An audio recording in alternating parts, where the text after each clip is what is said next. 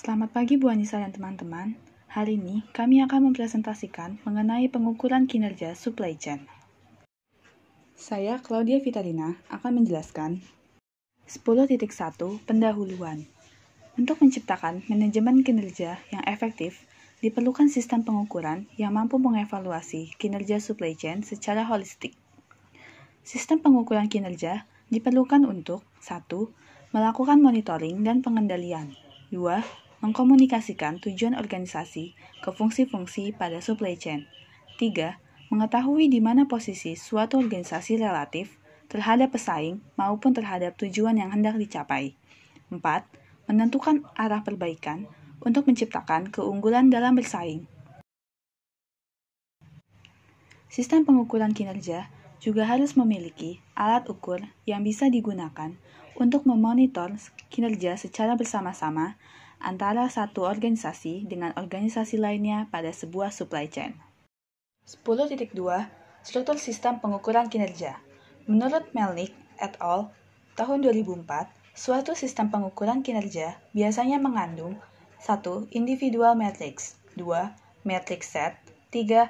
Overall performance measurement system. Individual matrix berada pada tingkat paling bawah, dengan cakupan yang paling sempit. Metrik adalah suatu ukuran yang bisa diverifikasi, diwujudkan dalam bentuk kuantitatif ataupun kualitatif, dan didefinisikan terhadap suatu titik acuan atau reference point tertentu. Ada beberapa hal yang harus dipenuhi agar suatu metrik bisa efektif. 1. Harus diwujudkan dalam bentuk yang masuk akal dan dimengerti dengan baik oleh mereka yang menggunakan. 2. Harus value-based, artinya, suatu metrik harus dikaitkan dengan bagaimana organisasi menciptakan value ke pelanggan. 3. Metrik harus bisa menangkap karakteristik atau hasil atau outcome dalam bentuk numerik maupun nominal. 4.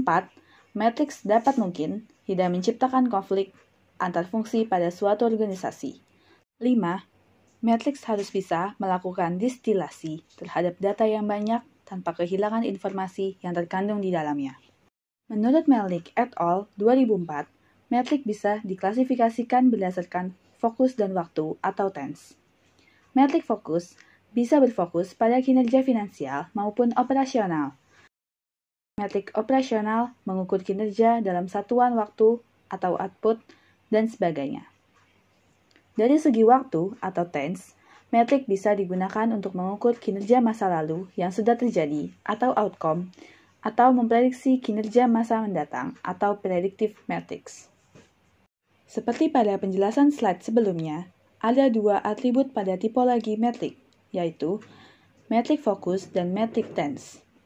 Metrik fokus adalah metrik yang berfokus pada finansial dan operasional, sedangkan metrik tense adalah metrik yang berfokus pada outcome atau masa lampau dan prediktif atau masa mendatang. Saya akan menjelaskan terlebih dahulu pada tabel outcome. Ketika kita berfokus pada finansial, maka kita akan memikirkan return of asset atau ROA, di mana return of asset adalah berapa tahun aset atau modal yang dipergunakan untuk membangun perusahaan agar kembali seutuhnya.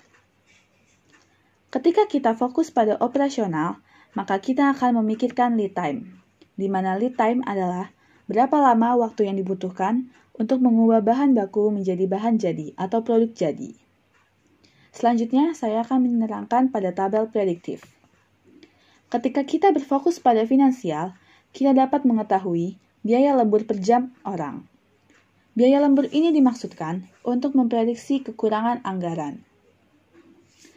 Dan ketika kita berfokus pada operasional, maka kita dapat mengetahui jumlah subproses dan setup. Jumlah subproses dan setup dimaksudkan untuk memprediksi lead time produksi di perusahaan tersebut. Saya Selvia akan menjelaskan mengenai poin 10.3, yaitu pendekatan proses dalam pengukuran kinerja supply chain. Pendekatan proses dalam pengukuran kinerja supply chain berfungsi untuk mengidentifikasi masalah pada suatu proses sehingga bisa mengambil tindakan koreksi sebelum masalah tersebut meluas. Contoh pendekatan proses dalam dunia manufaktur adalah statistical process control atau kontrol proses statistik, yaitu metode kontrol kualitas yang menggunakan metode statistik untuk memantau dan mengontrol suatu proses. Dengan mengamati kinerja proses dari waktu ke waktu untuk mencegah apabila terdapat tanda-tanda proses di luar batas kendali. Untuk merancang sistem pengukuran kinerja yang berdasarkan proses, Chen and Qi tahun 2003 menyarankan 7 langkah berikut. Yang pertama, identifikasi dan hubungkan semua proses yang terlibat baik di dalam maupun di luar organisasi, seperti proses pengadaan dan transportasi, proses pemenuhan pesanan dari pelanggan, dan sebagainya. Yang kedua, definisikan dan batasi proses inti. Definisikan proses-proses inti serta batasan sampai di mana proses-proses tersebut akan dianalisis. Yang ketiga, tentukan misi, tanggung jawab, dan fungsi dari proses inti. Contoh, misi bagian pengadaan adalah untuk membeli material tepat dari supplier, serta tanggung jawabnya adalah menjaga pasokan secara berkesinambungan dengan harga murah dan berkualitas bagus atau menjaga hubungan yang tepat dengan pemasok. Perlu dilakukan untuk mengetahui mana aktivitas atau proses yang tidak memiliki value added atau nilai tambah, jadi dapat dieliminasi. Yang keempat, uraikan dan identifikasi subproses. Contohnya, proses pembelian material melibatkan subproses seperti pengecekan stok, penentuan kapasitas dan tanggal kebutuhan, pembuatan dan pengiriman PO, dan sebagainya.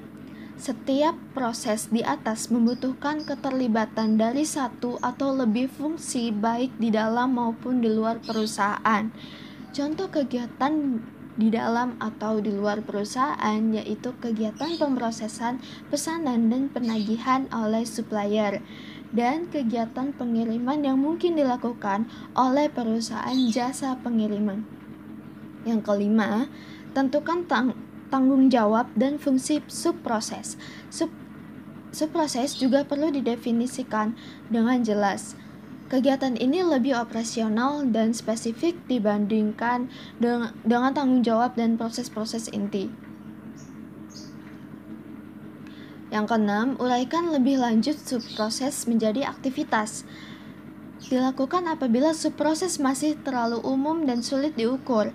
Dapat dilakukan pemisahan antara aktivitas yang memberikan nilai tambah atau tidak jika setiap proses sudah diuraikan cukup detail sampai aktivitas elementer. Yang terakhir, yang ketujuh, hubungkan target antara hierarki mulai dari proses sampai ke aktivitas. Selanjutnya, 10.4 metrik untuk kinerja supply chain. Chen and Qi tahun 2003 mengusulkan Performance of Activity atau POA. POA adalah model yang digunakan untuk mengukur kinerja aktivitas yang menjadi bagian dari proses dalam supply chain. Kinerja aktivitas diukur dalam berbagai dimensi, yaitu yang pertama, ongkos yang terlibat dalam eksekusi suatu aktivitas. Yang kedua, waktu yang diperlukan untuk mengerjakan suatu aktivitas. Yang ketiga, kapasitas adalah ukuran seberapa banyak volume pekerjaan yang bisa dilakukan oleh suatu sistem atau bagian dari supply chain pada suatu periode tertentu. Yang keempat, kapabilitas mengacu pada kemampuan agregat suatu supply chain untuk melakukan suatu aktivitas. Beberapa subdimensi kapabilitas yang sering digunakan adalah yang pertama, reliabilitas atau kehandalan, yaitu mengukur kemampuan supply chain untuk secara konsisten memenuhi janji. Selanjutnya ada ketersediaan, yaitu mengukur kesiapan, yakni kemampuan supply chain untuk menyediakan produk atau jasa pada waktu yang diperlukan. Yang terakhir ada fleksibilitas, adalah kemampuan supply chain untuk cepat berubah sesuai dengan kebutuhan output atau pekerjaan yang harus dilakukan. Yang kelima ada utilisasi, yaitu untuk mengukur tingkat pemakaian sumber daya pada supply chain. Selanjutnya yang keenam, produktivitas yang mengukur sejauh mana sumber daya supply chain digunakan secara efektif dalam mengubah input menjadi output. Yang terakhir, yang ketujuh adalah outcome, yang merupakan hasil dari suatu proses atau aktivitas. Model SCOR atau Supply Chain Operation Reference. SCOR adalah suatu model acuan dari supply chain berdasarkan proses. Model ini mengintegrasikan 3 elemen utama dalam manajemen, yaitu yang pertama, business process reengineering. Pada hakikatnya, menangkap proses kompleks yang terjadi saat ini dan mengidentifikasi proses yang diinginkan. Yang kedua, benchmarking. Kegiatan untuk mendapatkan data kinerja operasional dari perusahaan sejenis. Terakhir, proses measurement, yaitu berfungsi untuk mengukur, mengendalikan, dan memperbaiki proses-proses supply chain. SCOR membagi proses-proses supply chain menjadi 5 proses inti, yaitu yang pertama plain, yaitu proses yang menyeimbangkan permintaan dan pasokan untuk menentukan tindakan terbaik dalam memenuhi kebutuhan pengadaan, produksi, dan pengiriman. Yang kedua adalah source, yaitu proses pengadaan barang maupun jasa untuk memenuhi permintaan. Yang ketiga, make, yaitu proses untuk mentransformasikan bahan baku menjadi produk yang diinginkan pelanggan. Yang keempat, deliver, yaitu proses untuk memenuhi permintaan terhadap barang atau jasa. Biasanya meliputi order management, transportasi, dan distribusi. Yang kelima, return, yaitu proses pengembalian atau menerima pengembalian produk karena berbagai alasan. SCOR memiliki 3 hierarki proses diuraikan dalam 3 level, yaitu level pertama adalah level tertinggi yang memberikan definisi umum dari 5 proses, yaitu plan, source, make, deliver, dan return. Level kedua yaitu configuration level, di mana supply chain perusahaan bisa dikonfigurasi sekitar 30% proses inti. Perusahaannya dapat membentuk konfigurasi saat ini atau yang diinginkan.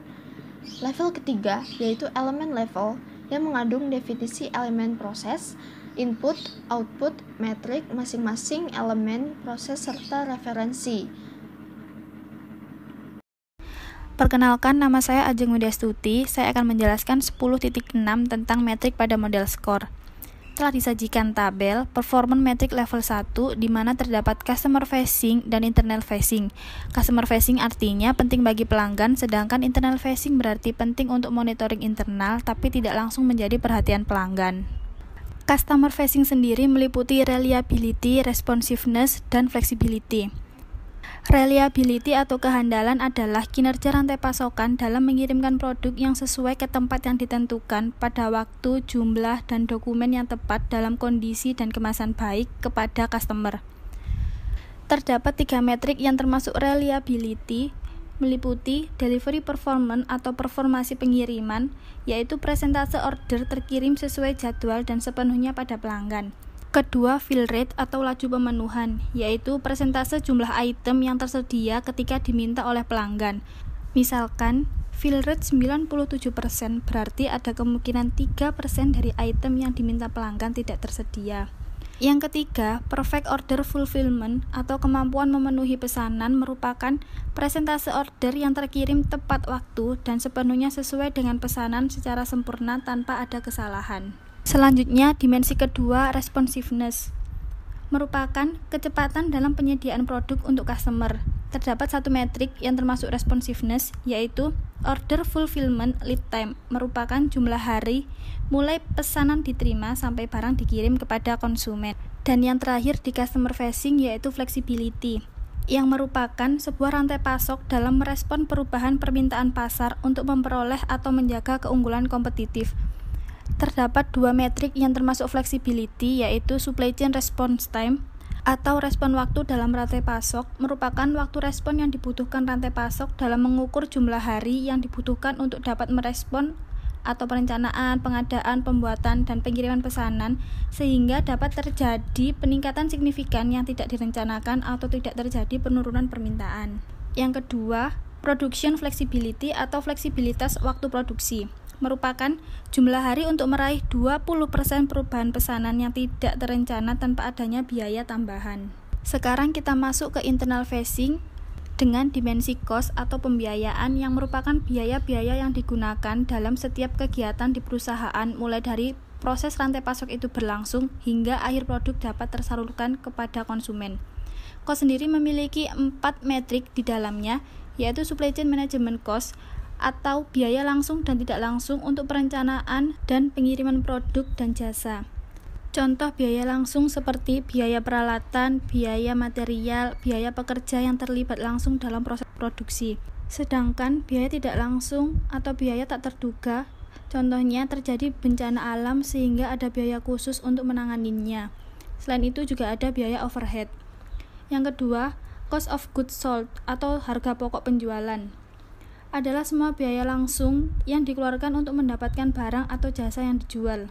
Yang ketiga, value added productivity atau pengukuran produktivitas bernilai tambah merupakan biaya material langsung dikurangi dari pendapatan dan dibagi dengan jumlah pekerja. Lalu ada warranty or return reprocessing cost atau biaya proses garansi atau pengembalian, merupakan biaya langsung dan tidak langsung terkait dengan pengembalian karena cacat, pemeliharaan yang direncanakan, dan kelebihan persediaan.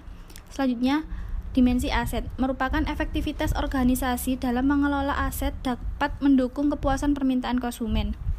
Terdapat 3 metrik di dalamnya, yaitu cash to cash cycle time atau waktu yang dibutuhkan untuk menerima pembayaran, merupakan waktu antara perusahaan membayar material ke supplier dan menerima pembayaran dari pelanggan untuk produk yang dibuat dari material tersebut. Yang kedua, inventory days of supply atau waktu persediaan untuk pasokan adalah lamanya rata-rata dalam hari suatu perusahaan bisa bertahan dengan jumlah persediaan yang dimiliki apabila tidak ada pasokan lebih lanjut. Yang ketiga, asset turns atau pengembalian aset.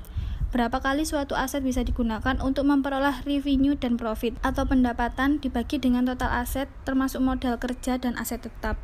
Untuk ilustrasi customer facing dan internal facing adalah pelanggan sangat berkepentingan terhadap kinerja pengiriman. Keterlambatan dan kerusakan sewaktu proses pengiriman menjadi perhatian penting bagi pelanggan, sehingga delivery performance adalah metrik yang customer facing. Sebaliknya, pelanggan tidak perlu repot memonitor jumlah persediaan yang dimiliki pelanggan, tetapi secara internal perusahaan sangat berkepentingan untuk memiliki jumlah persediaan yang cukup tetapi tidak berlebihan. Oleh karena itu, inventory days of supply yang merupakan ukuran tingkat persediaan merupakan metrik yang internal facing. Selanjutnya, saya akan menjelaskan 10.7 tentang beberapa contoh perhitungan dari metrik yang sudah saya sebutkan di slide sebelumnya. Di sini saya akan menjelaskan inventory days of supply dan cash to cash cycle time. Yang pertama, inventory days of supply. Telah dijelaskan di slide sebelumnya bahwa inventory days of supply adalah lamanya rata-rata dalam hari suatu perusahaan bisa bertahan dengan jumlah persediaan yang dimiliki apabila tidak ada pasokan lebih lanjut. Kita masuk ke soal. Perusahaan rata-rata menyimpan suatu komponen sebanyak 150 unit. Kebutuhan rata-rata komponen tersebut per tahun adalah 4.000 unit. Jumlah hari kerja dalam setahun adalah 250 hari. Langkah pertama, kita mencari rata-rata komponen per hari karena di soal kita hanya mengetahui rata-rata komponen per tahunnya. Jadi 4.000 unit dibagi dengan 250 hari, di mana 250 hari merupakan jumlah hari kerja dalam 1 tahun dan didapatkan hasil 16 unit per hari. Selanjutnya kita mencari jumlah hari rata-rata yang bisa ditutupi oleh persediaan yang dimiliki. Diketahui bahwa perusahaan rata-rata menyimpan suatu komponen sebanyak 150 unit dan kita tadi telah menghitung rata-rata komponen per hari didapatkan hasil 16 unit per hari. Kita bagi dan mendapatkan hasil 9,375 hari. Yang kedua, kita masuk ke cash to cash cycle time. Dijelaskan juga di slide sebelumnya bahwa cash to cash cycle time merupakan waktu antara perusahaan membayar material ke supplier dan menerima pembayaran dari pelanggan untuk produk yang dibuat dari material tersebut. Kita akan masuk ke soal. Misalkan nilai penjualan selama 30 hari adalah 300 juta, account receivable pada akhir bulan sebesar 60 juta, nilai persediaan di akhir bulan adalah 120 juta, cost of sales sebesar 60% dari nilai penjualan, dan account payable di akhir bulan besarnya 45 juta. Dengan catatan, dalam contoh ini berarti margin keuntungan adalah 40% dari nilai penjualan. Yang pertama kita menghitung nilai penjualan per hari. Di soal kita hanya mengetahui 300 juta itu 30 hari. Jadi untuk mengetahui per harinya kita akan membagi 300 juta dengan 30 hari dan didapatkan hasil 10 juta per hari. Yang kedua, kita mencari account receivable dalam hari yang merupakan ukuran seberapa cepat pelanggan membayar barang yang sudah diterima. Di sini di soal account receivable pada akhir bulan sebesar 60 juta dibagi dengan 10 juta per hari dari nilai penjualan per hari yang sudah kita hitung sebelumnya, didapatkan hasil 6 hari. Lalu kita mencari cost of sales per hari. Di sini kita sudah diketahui bahwa cost of sales besarnya 60% dikali dengan 10 juta per hari sebagai nilai penjualan per harinya dan didapatkan hasil 6 juta. Selanjutnya kita mencari account payable per hari yang mengukur kecepatan perusahaan membayar ke pemasok untuk material atau komponen yang sudah diterima. Diketahui di soal bahwa account payable di akhir bulan adalah 45 juta dibagi dengan 6 juta dari hasil cost of sales. Juta dengan juta kita coret dan mendapatkan hasil 7,5 hari. Di sini ada ralat, itu bukan 7,5 juta melainkan 7,5 hari. Selanjutnya inventory days of supply. Diketahui di soal persediaan di akhir bulan adalah 120 juta dibagi dengan cost of sale tadi 6 juta per hari. Juta dengan juta kita coret, hasilnya adalah 20 hari. Di inventory days of supply ini juga ada keralatan bahwa itu bukan 20 juta melainkan 20 hari. Selanjutnya, cash to cash cycle time memiliki rumus yaitu inventory days of supply ditambah average days of account receivable dikurangi average days of account payable. Inventory days of supply adalah 20 hari ditambah dengan account receivable adalah 6 hari dikurangi account payable-nya 7,5 hari dan dapatkan hasil 18,5 hari. Pada dasarnya, inventory days of supply dan cash to cash cycle time memiliki prinsip yang sama. Semakin pendek inventory days of supply, semakin bagus kinerja aset suatu supply chain. Dan untuk cash to cash cycle time, semakin pendek waktu yang dibutuhkan, semakin bagus bagi supply chain. Dan untuk memperpendek cash to cash cycle time, perusahaan bisa melakukan salah satu kombinasi dari 3 cara, antara lain menurunkan tingkat persediaan, melakukan negosiasi term pembayaran ke supplier supaya lebih lama, dan melakukan negosiasi dengan pelanggan supaya mereka membayar lebih cepat. Nama saya Muhammad Nurlahi, saya akan menjelaskan 10.8 benchmarking kinerja. Pengertian benchmarking serta tujuan. Benchmarking adalah membandingkan proses maupun kinerja suatu organisasi relatif terhadap proses maupun kinerja perusahaan referensi.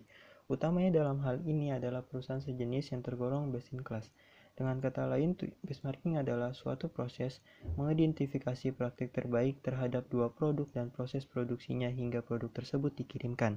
Benchmarking memberikan wawasan yang diperlukan untuk membantu manajemen dalam memahami proses dan produknya baik dengan cara membandingkan dengan industri yang serupa maupun dengan industri yang berbeda. Benchmarking dalam bahasa Indonesia sering disebut dengan tolak ukur atau patokan.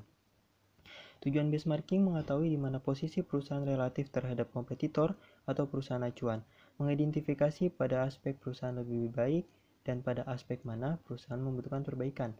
Dengan ini, tujuan utama dari benchmarking adalah untuk memahami dan mengevaluasi proses ataupun produk saat ini sehingga menemukan cara atau praktik terbaik untuk meningkatkan proses maupun kualitas produk. Benchmarking dapat dilakukan untuk proses produksi, produk, jasa, maupun sistem dalam suatu organisasi. Tahapan proses benchmarking. Proses benchmarking merupakan proses yang melihat keluar produk lain, organisasi lain, sistem lain, untuk mengetahui bagaimana orang lain mencapai tingkat kinerja mereka dan memahami proses kerja yang mereka gunakan. Dengan demikian, benchmarking dapat menjelaskan apa yang terjadi di balik kinerja baik proses ataupun produk yang dibandingkan. Jika diterapkan dengan tepat, benchmarking dapat membantu suatu organisasi dalam meningkatkan kinerja organisasinya ataupun proses produksinya. Terdapat 4 tahapan penting dalam menerapkan benchmarking. 1. Memahami secara detail proses produksi atau produk saat ini. 2. Menganalisis proses produksi atau produk lainnya yang berkinerja baik. 3. Membandingkan proses produksi atau produk sendiri dengan proses produksi atau produk yang berkinerja baik. 4. Menerapkan langkah-langkah perbaikan yang diperlukan untuk mendekati proses produksi ataupun produk yang berkinerja baik tersebut. Jenis-jenis benchmarking. Benchmarking dapat dilakukan secara internal yang membandingkan kinerja beberapa kelompok atau tim di dalam organisasi ataupun secara eksternal yang membandingkan kinerja suatu organisasi dengan organisasi lainnya atau antar industri. Benchmarking dapat dibedakan menjadi beberapa jenis, diantaranya adalah 1. Strategi benchmarking, yaitu benchmarking yang mengamati bagaimana orang atau organisasi lain mengungguli persaingannya. 2. Proses benchmarking, yaitu benchmarking membandingkan proses-proses kinerja. 3. Fungsional benchmarking, yaitu benchmarking yang melakukan perbandingan pada fungsional kerja tertentu untuk meningkatkan operasional pada fungsional tersebut. 4. Performance benchmarking, yaitu benchmarking membandingkan kinerja pada produk atau jasa. 5. Produk benchmarking, yaitu benchmarking yang membandingkan produk pesaing dengan produk sendirinya untuk mengetahui letak kekuatan dan kelemahan produknya. 6. Financial benchmarking, yaitu benchmarking yang membandingkan kekuatan finansial untuk mengetahui daya saingnya.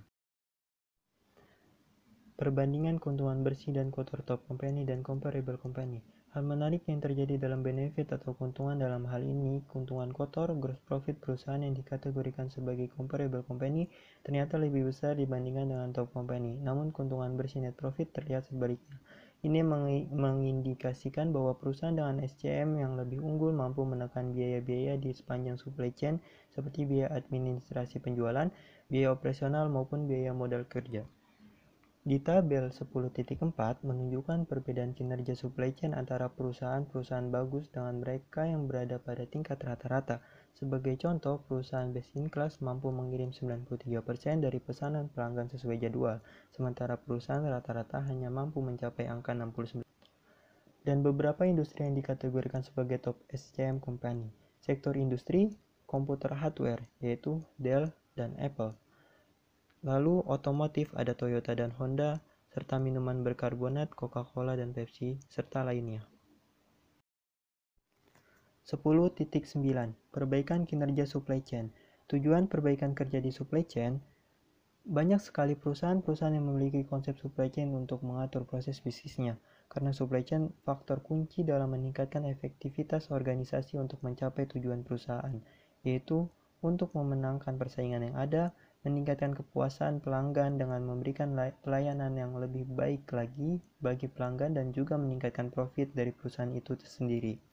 Untuk mewujudkan semua tujuan perusahaan tersebut, maka perusahaan harus bisa meningkatkan kinerja dari supply chain pada perusahaan secara terus-menerus dan berkesinambungan, agar di setiap kinerjanya menghasilkan hasil yang maksimal dalam hal ketepatan waktu, kualitas, barang, dan lain-lain. Model perbaikan Lean Manufacture. Pendekatan yang berfokus menciptakan proses yang ramping, tidak melakukan banyak pemborosan atau tidak mengerjakan pekerjaan-pekerjaan yang sebenarnya tidak memiliki nilai tambah bagi pelanggan, dan bersifat bottom up, yaitu tidak memerlukan investasi yang banyak. Dengan kata lain, Lean Manufacture adalah sebuah cara berpikir, filosofi, metode, dan strategi manajemen untuk meningkatkan efisiensi di lini manufaktur atau produksi. Metode ini diadaptasi dari Toyota Production System. Tujuan utama Lean Manufacture adalah memaksimalkan nilai value bagi pelanggan dan meningkatkan profitabilitas perusahaan dengan menghilangkan aktivitas yang tidak memberikan nilai tambah waste. Implementasi Lean Manufacture. Metode seterusnya dilakukan secara terus-menerus untuk meningkatkan perbaikan pada proses dan inovasi di perusahaan, sehingga perusahaan tersebut melakukan apa yang disebut continuous improvement untuk mencapai operational excellence dan customer intimacy. 8 waste dalam Lean Manufacture. Karena fokus utama dari Lean adalah menghilangkan waste dalam proses, maka dalam konsepnya terdapat 8 macam waste, aktivitas tanpa nilai tambah dari kacamata pelanggan, yang umumnya terjadi dan harus dihilangkan. 8 waste tersebut diantaranya waste transportasi, waste kelebihan persediaan, waste gerakan, waste menunggu, waste kelebihan produksi, waste proses berlebihan, waste defect, kerja ulang tidak ada nilai tambah, serta waste keterampilan. Pemahaman yang salah tentang konsep Lean. Masih banyak yang terjebak dalam mitos dan pemahaman yang salah mengenai Lean. Daftar yang dipaparkan di sini bertujuan untuk menekankan pentingnya pemahaman melalui studi dan praktek untuk implementasi Lean yang benar.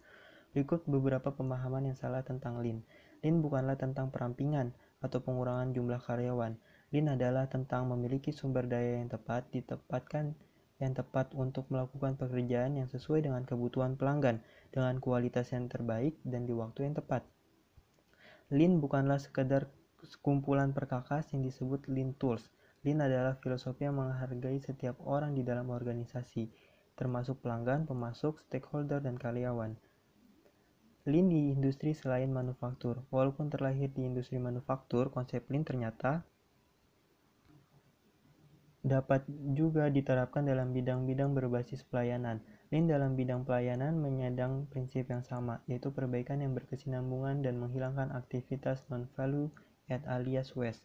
Namun bedanya prinsip-prinsip ini diterapkan dalam bisnis layanan seperti call center, pelayanan kesehatan, software development, serta jasa profesional lainnya. Model perbaikan Six Sigma. Six Sigma adalah metode yang berfokus pada peningkatan kualitas, mengurangi pemborosan dengan membantu organisasi menghasilkan produk dan layanan yang lebih baik, lebih cepat, dan lebih murah. Secara statistik, bersifat top-down, yang melakukan training yang banyak dan membutuhkan investasi yang besar sehingga berbeda dengan Lean.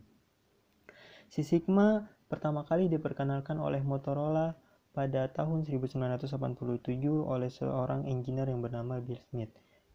Six Sigma adalah metode yang berfokus pada peningkatan kualitas. Six Sigma berasal dari kata six yang berarti 6 dan sigma yang merupakan satuan dari standar deviasi yang dilambangkan dengan simbol. Konsep dasar Six Sigma awalnya berasal dari gabungan antara konsep TQM, Total Quality Management, dan Statistical Process Control. Saat ini Six Sigma menjadi sebuah sistem manajemen. Berikut adalah beberapa strategi sistem manajemen yang digunakan pada Six Sigma. Customer focus, fokus terhadap kepuasan dan kebutuhan pelanggan. Reduce defect, menurunkan tingkat kecacatan. Center around target, berkisar di sekitar pusat target. Reduce variation, menurunkan variasi. Dilihat dari pengertian Six Sigma tersebut, bisa dikatakan jika metode ini berfokus pada kualitas. Metode ini merupakan implementasi yang ketat, fokus, dan sangat efektif dalam penerapan prinsip dan teknik kualitas yang telah terbukti. Tahapan DMAIC dalam Six Sigma. Terdapat beberapa tahapan yang dilakukan pada Six Sigma dalam penyelesaian masalah, atau biasanya dikenal dengan metode atau tahapan DMAIC. Berikut tahapan DMAIC.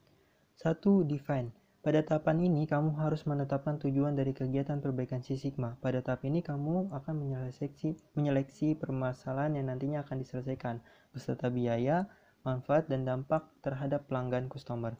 Di tingkat atas, tujuan akan menjadi tujuan strategis organisasi, seperti ROI yang lebih tinggi atau pangsa pasar. Untuk di tingkat operasi, penetapan tujuan mungkin untuk meningkatkan throughput departemen produksi. Sedangkan di tingkat proyek, sasarannya mungkin untuk mengurangi tingkat cacat dan meningkatkan hasil. 2. Measure. Pada tahapan ini, kamu akan melakukan pengukuran terhadap permasalahan yang telah didefinisikan untuk diselesaikan. Kamu akan membuat metrik yang valid dan handal untuk membantu memantau kemajuan menuju sasaran yang telah ditentukan pada langkah sebelumnya. Jadi bisa dikatakan jika pada tahapan ini akan terdapat pengambilan data yang nantinya akan digunakan untuk mengukur karakteristik serta kapabilitas dari proses menentukan langkah apa yang harus diambil untuk melakukan perbaikan dan peningkatan selanjutnya. Karena terdapat pengambilan dan pengolahan data, maka mulailah dengan menentukan garis dasar saat ini. Gunakan analisis data eksploratif dan deskriptif untuk membantu kamu dalam memahami data. 3. Analisis.